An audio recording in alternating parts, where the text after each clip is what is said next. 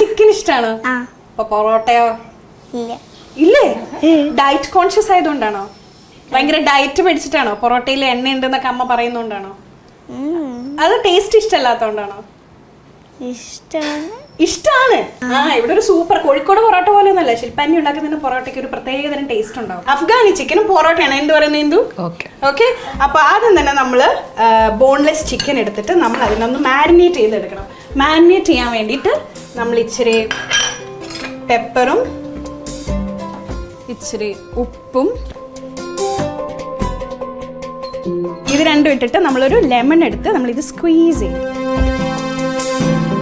ഇതും കൂടി ഇട്ടിട്ട് ഇതെന്താ അറിയോ, ജിഞ്ചർ ഗാർലിക് പേസ്റ്റാണ്. ഇഞ്ചി വെളുത്തുള്ളി പേസ്റ്റ് ഇട്ടിട്ട് നമ്മൾ ഇതിനെ ഒന്ന് മിക്സ് ചെയ്തിട്ട് ഒരു അരമണിക്കൂർ.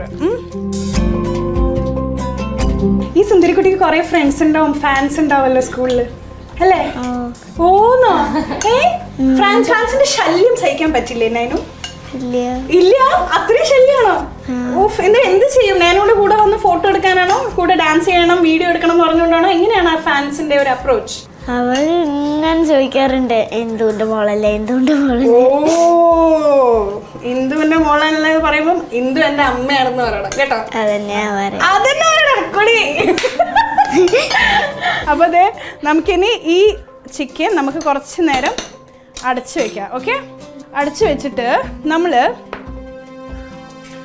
ഇതിനൊരു പ്രത്യേക സോസ് ഉണ്ടാക്കണം. ഓക്കെ, ഈ ചിക്കൻ ഇതൊരു വൈറ്റ് കളർ ഗ്രേവിയുള്ള ചിക്കനാണ്.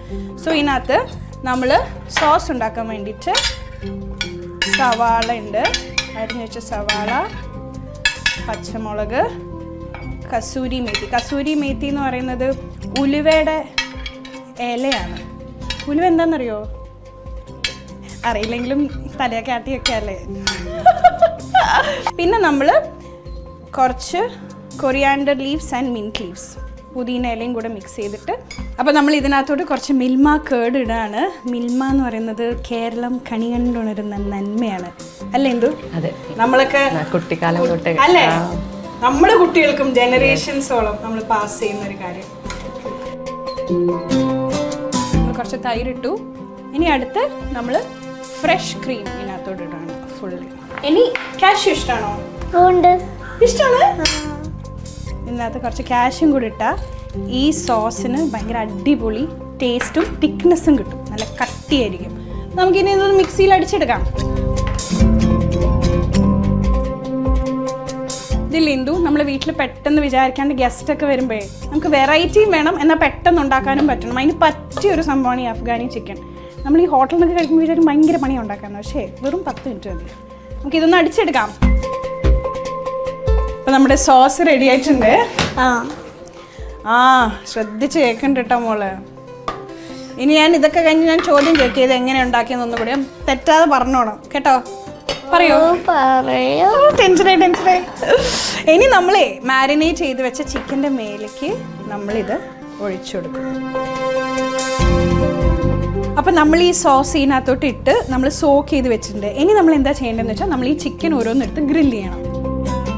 നമ്മൾ കുറച്ച് മിൽമ ബട്ടർ ഇടാണ്. ഇത് ആക്ച്വലി മിൽമയുടെ ടേബിൾ ബട്ടർ ആട്ടോ. ഇത് ഭയങ്കര സ്പെഷ്യലാണ്. കാരണം ഇതിനിപ്പം നമ്മളിപ്പോൾ ഒരു നാച്ചുറൽ ഉള്ള യെല്ലോ കളറാണല്ലേ, അത് ബേസിക്കലി എന്താണെന്ന് വെച്ച് കഴിഞ്ഞാൽ നമ്മൾ ഈ പുല്ല് തിന്നുന്ന പശുവില്ലേ, അതിൻ്റെ നിന്ന് എടുക്കുന്ന പാലിൽ നിന്ന് നമ്മൾ എക്സ്ട്രാക്ട് ചെയ്യുന്ന ക്രീമിൽ നിന്ന് ഉണ്ടാക്കുന്ന ബട്ടറാണ്. അത്രയും നാച്ചുറൽ ആൻഡ് പ്യുവറാണ് മിൽമയുടെ ഈ ടേബിൾ ബട്ടർ എന്ന് പറയുന്നത്. ഇത് 75 ഗ്രാം മുതൽ 200 ഗ്രാം വരെയുള്ള പാക്കേജിങ്ങിൽ അവൈലബിൾ ആണ്. ബട്ടറിൻ്റെ ഒരു ചെറിയൊരു പോർഷൻ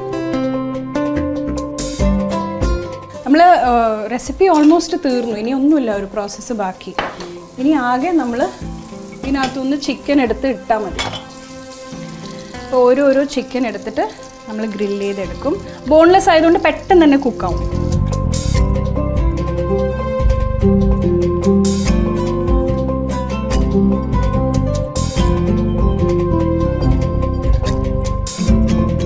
ഇന്ദുവിന് എങ്ങനെയാണ് യൂട്യൂബ് ചാനൽ തുടങ്ങണം എന്നൊക്കെ ഉള്ള ഒരു പ്ലാൻ ഉണ്ടായത്? നമ്മൾ ഖത്തറിലുള്ള സമയത്ത് അവിടെ മോള് ഞാനും മാത്രമായിരുന്നു. അപ്പം അങ്ങനെ സ്റ്റാർട്ട് ചെയ്തതാണ്. ബോറടിച്ച ഒരു ചെറിയ എഞ്ചിനീയർ ആയിരുന്നു. ആദ്യം എഞ്ചിനീയർ ആയിരുന്നോ? ഇപ്പൊ എഞ്ചിനീയർ അല്ല? ഓ മൈ ഗോഡ്, ഇപ്പൊ യൂട്യൂബ് ചാനൽ തുടങ്ങിയ ശേഷം എഞ്ചിനീയർ പോയി അല്ലേ? എന്തൊരു അമ്മയാണ്. ഡാൻസ് വീഡിയോ ഒക്കെ ശരിക്കും ആരാ, അമ്മയാണോ പഠിപ്പിച്ചിരുന്നത് നേനുവിന്? ഞാൻ ആദ്യം പഠിക്കണം, എന്നിട്ട് അമ്മയ്ക്ക് ഞാൻ പഠിപ്പിച്ചു കൊടുക്കും. നേനു ആണ് ഫസ്റ്റ് ഡാൻസ് പഠിക്കുന്നത്, എന്നിട്ട് നേനു അമ്മയ്ക്ക് പഠിപ്പിച്ചു കൊടുക്കും. അമ്മ പഠിച്ചിട്ട് പിന്നെയാണ് നിങ്ങൾ തമ്മിലുള്ള ഡാൻസ് വീഡിയോ എടുക്കുന്നത് അല്ലേ? ഇതിൻ്റെ ഒരു സൈഡ് ഓൾറെഡി കുക്കായിട്ടുണ്ട്, അപ്പോൾ നമുക്കത് മറിച്ചിടാം. കണ്ടില്ലേ, ഈ ഒരു ഗോൾഡൻ ബ്രൗൺ കളർ ആയിട്ടുണ്ട്.